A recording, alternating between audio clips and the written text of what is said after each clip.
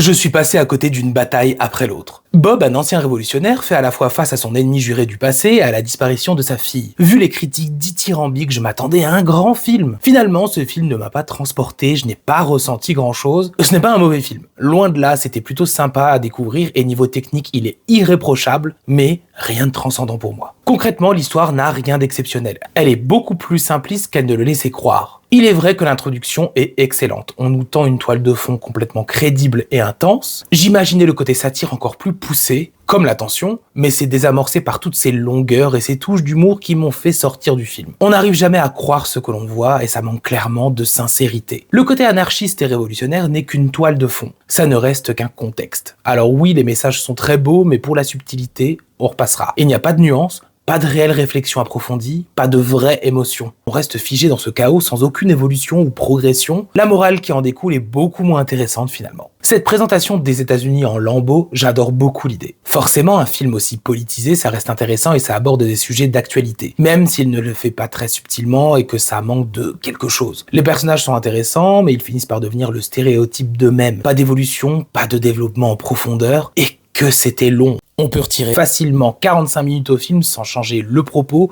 ou rater une scène marquante. Côté réalisation, oui, c'est du vrai grand cinéma. Le travail derrière est impressionnant, cette mise en scène est excellente, la colorimétrie est intense, la musique est perturbante. On a tout de même le droit à un casting de haut niveau, c'est Sean Penn qui me marquera le plus dans son rôle, Leonardo DiCaprio est quant à son habitude grandiose, de même pour Benicio del Toro.